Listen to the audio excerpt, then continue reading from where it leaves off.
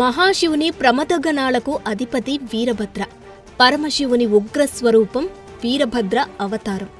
ఇతనిని వీరభద్ర, వీరబతిర, వీరబతిరనని కూడా పిలుస్తారు. శివుడు కోపంతో తన తల వెంట్రుకలను పీకి విసిరేయగా ఉద్భవించినవాడు వీరభద్ర. శివపురాణం ప్రకారం మహాశివుని 19 అవతారాలలో 3వ అవతారం వీరభద్ర అవతారం. బ్రహ్మదేవుని కుమారుడు దక్ష ప్రజాపతి, అతని కుమార్తె సతీదేవి. ఆమె పెరుగుతున్నప్పుడు మహాశివుడిని హృదయపూర్వకంగా ప్రేమించింది, ఆరాధించింది.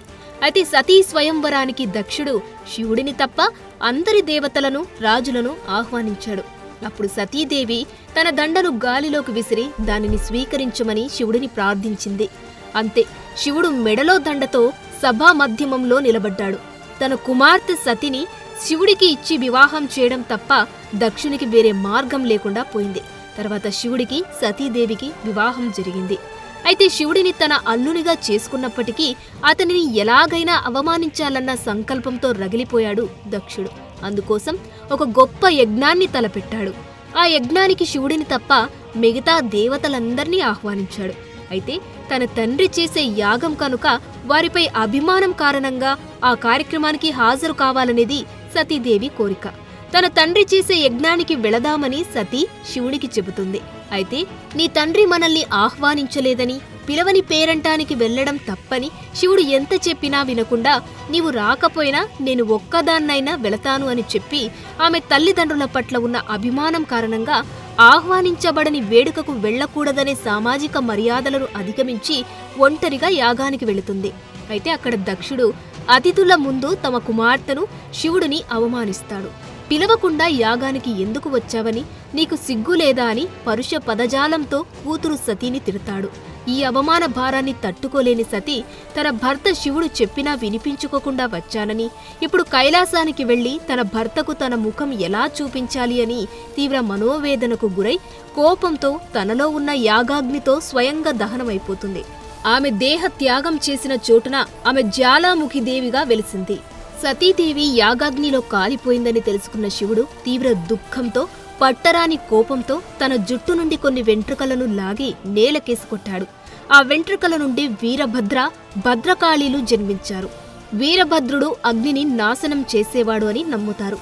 ఆకాశమంత ఎత్తున కారుమేఘపు ఛాయతో పదుల కొద్దీ ఆయుధాలను ధరించిన చేతులతో ఆవిర్భవించాడు వీరభద్ర. ఆ వీరభద్రునికి తోడుగా అవతరించిన శక్తి స్వరూపమే భద్రకాళి. దక్షవాటికను ధ్వంసం చేయమంటూ వారిని ఆజ్ఞాపించడమే ఆలస్యం. ప్రమద గణాలతో కలిసి వారిరువురు మహావిధ్వంసాన్ని సృష్టించారు. దక్షుని రాజ్యంలో వీరభద్రుడు తన సైన్యంతో వీరంగం సృష్టించాడు. అడ్డుపడిన వారిని ఎవ్వర్నీ వదలలేదు. చంద్రుడు, అగ్ని, పూషుడు ఎవ్వరూ వీరభద్రుణ్ణి ఎదురించలేకపోయారు. వీరందరి మధ్య భయంకర యుద్ధం జరుగుతుంది. కాని వారెవ్వరూ వీరభద్రుడిని ఆపలేకపోయారు. మెడలో కపాలమాలతో వీరభద్రుడు నిప్పులను చిమ్ముతూ భద్రకాళి ఆ రాజ్యం మొత్తాన్ని రణరంగంగా మార్చేశారు. చివరికి దక్షుడిని కాపాడేందుకు స్వయంగా విష్ణుమూర్తే వచ్చినా వీరభద్రుడిని నిలువరించడం సాధ్యం కాలేదు. నారాయణుడు ఆఖరి అస్త్రంగా తన సుదర్శన చక్రాన్ని ప్రయోగిస్తే దానిని కూడా మింగేస్తాడు వీరభద్రుడు. ధర్మాగ్రహంతో ప్రళయకారునిలా విజృంభిస్తున్న వీరభద్రుని నిలువరించడం ఎవరి తరమూ కాదని తేలిపోవడంతో ముక్కోటి దేవతలు తప్పుకున్నారు. దక్షుని మీద వీరభద్రుడు పగని తీర్చుకునేందుకు అవకాశాన్నిచ్చారు. అంతటా వీరభద్రుడు కసితీరా దారుణంగా దక్షుని తల నరికి విజయగర్వంతో కైలాసానికి వెళ్లిపోతాడు. శివుని ఉగ్రస్వరూపంగా ఈ వీరభద్రుడిని భక్తులు కొలుచుకుంటారు. దేశమంతా ఈ వీరభద్రుని ఆలయాలు ఉన్నప్పటికీ దక్షిణ భారతంలో మాత్రం గ్రామ గ్రామాన ఈ స్వామి దర్శనమిస్తుంటాడు. భారతదేశంలో చాలా చోట్ల వీరభద్రుని ఆలయాలు కనిపిస్తాయి. ఏ గ్రామంలో చూసినా వీరభద్రుని పురాతన విగ్రహాలు దర్శనమిస్తాయి. దక్షుడిని సంహరించిన అనంతరం వీరభద్రుడు అనేక ప్రదేశాల్లో ఆవిర్భవించారు. అలా ఆవిర్భవించిన ప్రాచీనమైన క్షేత్రాల్లో అల్లాడుపల్లె ఒకటి. వైఎస్ఆర్ కడప జిల్లా చాపాడు మండలానికి చెందిన గ్రామం ఇది. ఇక్కడ వీరభద్ర ఆలయం ప్రసిద్ధి చెందింది. మన రాష్ట్రం నుంచే కాక ఇతర రాష్ట్రాల వీరశైవులు కూడా ఇక్కడకు తరచూ దర్శనానికి వస్తుంటారు. స్థానికంగా ఈ గ్రామాన్ని దేవళాలు అని పిలుస్తారు. ఇప్పుడు మహాశివుని ఇంకో ఉగ్ర అవతారం గురించి చూద్దాం. మహాశివుని కోపం నుండి పుట్టినవాడు భైరవుడు. బ్రహ్మదేవుడి 5వ తలను ఖండించినవాడు భైరవుడు. శివ పురాణం ప్రకారం మహాశివుని 19 అవతారాలలో 6వ అవతారం భైరవ అవతారం. ఒకసారి బ్రహ్మ విష్ణుమూర్తులకు తమలో ఎవరంటే గొప్ప అనే పోటీ తలెత్తింది. వాదనలతో మొదలైన ఆ గొడవ సంగ్రామం దాకా వెళ్ళింది. ఇద్దరూ ఒకరిపై ఒకరు భీకర అస్త్రాలను ప్రయోగించుకున్నారు. అప్పుడు బ్రహ్మ విష్ణువు మధ్యలో మిరిమిట్లు గొలిపే తేజస్సుతో ఒక స్తంభంలా పెద్ద లింగం ఆవిర్భవించింది. ఆ లింగం మొదలు చివర ఎవరు తెలుసుకుంటే వారే అధికులని వారికి శివుడు చెబుతారు. దానికి సరేనంటూ లింగం ఆద్యంతాలను తెలుసుకునేందుకు బ్రహ్మదేవుడు లింగంపైకి, విష్ణువు వరాహ రూపంలో లింగం క్రిందకు బయలుదేరి వెళ్తారు. ఎంతసేపు ప్రయాణించినా వారిద్దరికీ ఆది అంతాలు తెలియలేదు. చివరకు విష్ణుమూర్తి వచ్చి తాను కనుక్కోలేకపోయానని శివుడితో చెప్తాడు. కాని బ్రహ్మ మాత్రం తానే అధికుడునని నిరూపించుకునేందుకు అబద్ధం చెబుతాడు. లింగమంతం కనుక్కునేందుకు వెళ్లిన సమయంలో పైనుంచి రాలుతూ కనిపించిన కేతకి మొగలి పుష్పాన్ని, గోవును తనకు అనుకూలంగా సాక్ష్యం చెప్పమని అడుగుతాడు. బ్రహ్మ మాట ప్రకారమే మొగలి పుష్పం సాక్ష్యం చెబుతుంది. గోవు కూడా తలతో అవును అనే సమాధానమే చెప్పినా తోకతో కాదన్నట్టుగా ఊపుతుంది. దీంతో అసలు విషయం అర్థం చేసుకున్న మహాశివుడు ఆగ్రహంతో బ్రహ్మదేవుడికి భూలోకంలో ఆలయం ఉండరాదని శపిస్తాడు. అబద్ధపు సాక్ష్యం చెప్పిన కేతకి పుష్పాన్ని పూజలో వాడకూడదని ఆజ్ఞాపిస్తాడు. ఇక విష్ణువు లింగమాదిని చూడలేదని నిజం చెప్పడంతో ఆయన నిజాయితీకి మెచ్చి భూలోకంలో నీవు ఎత్తిన ప్రతి అవతారంలోనూ తనతో సమానంగా పూజలు అందుకుంటావని అనుగ్రహిస్తాడు. భూమిపై క్షేత్రాలు కూడా ఉంటాయని వరమిస్తాడు. అలాగే కాలభైరవుడిని సృష్టించి బ్రహ్మ 5 తలల్లో అబద్ధం చెప్పిన తలను ఖండించమని ఆదేశిస్తాడు.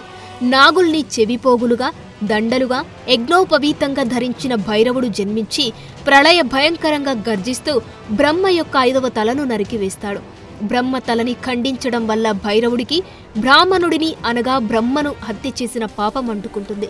అనంతరం బ్రహ్మ హత్యాపాతకం నుంచి బయటపడడానికి శివుని ఆదేశం మేరకు బ్రహ్మదేవుని కపాలమును చేతిలో పట్టుకుని అనేక ప్రాంతాలను దర్శిస్తూ ఎక్కడైతే ఆ కపాలం రాలి నేల మీద పడుతుందో అప్పుడు నీకు పాప ప్రక్షాళన అవుతుందని పరమశివుడు చెప్తాడు. 12 ఏళ్ల పాటు బ్రహ్మ కపాలాన్ని మోసుకొని భిక్షాటనగా సంచరించిన భైరవుడు చివరకు ఆ కపాలం కాశీ నగరంలో పడడం వలన ఆ నగరాన్ని బ్రహ్మ కపాలమని కూడా పిలుస్తారు. తర్వాత భైరవుడు కాశీ నగరానికి అన్ని శక్తి పీఠాలకు కాపలగా ఉంటాడు. భైరవుడు పులి చర్మాన్ని, ఎముకల్ని ధరించి శునకాన్ని వాహనంగా చేసుకుని ఉంటాడు. ఇప్పుడు మహాశివుని ఇంకో ఉగ్ర అవతారం గురించి చూద్దాం. దుర్వాసుడు అవతారం. భోళాశంకరుడైన శివుడు చాలా శాంతంగా ఉంటాడు. కాని ఒక్కొక్కసారి చిన్న విషయాలకే ఆయన చాలా ముక్కోపిలా మారిపోతుంటాడు. శివుడి కోపాన్ని చూసి బాధపడిన పార్వతీదేవి నీవు కోపాన్ని వదులుకొని శాంతంగా ఉంటే బాగుంటావు అని చెప్పగా పార్వతికి నచ్చని కోపాన్ని వదులుకోవడానికి సిద్ధపడతాడు శివుడు. కాని ఆ కోపాన్ని భరించే శక్తి ఎవరికి ఉందా అని ఆలోచిస్తుండగా అనసూయ ఆ కోపాన్ని తను తీసుకుంటానంటుంది. అప్పుడు మహాశివుని కోపం ఒక తేజస్సుగా మారి అనసూయ గర్భంలోకి ప్రవేశించి అత్రి మహర్షి అనసూయ దంపతులకు పుత్రుడిగా దుర్వాసుడు జన్మిస్తాడు. ఇతడు చాలా ముక్కోపి. చిన్న విషయాలకే కోపం తెచ్చుకుని తనకు కోపం తెప్పించిన వారిని శపిస్తాడు. అందువల్లనే అతను ఎక్కడికి వెళ్లినా అందరూ అతనికి భయపడి విపరీతమైన భక్తి శ్రద్ధలతో పూజిస్తారు. అతని కోపానికి గురైన వారిలో అభిజ్ఞాన శాకుంతలంలో వచ్చే శకుంతల ఒకరు. అలాగే దేవతల రాజు దేవేంద్రుడు సైతం దుర్వాసుని శాపానికి గురయ్యాడు.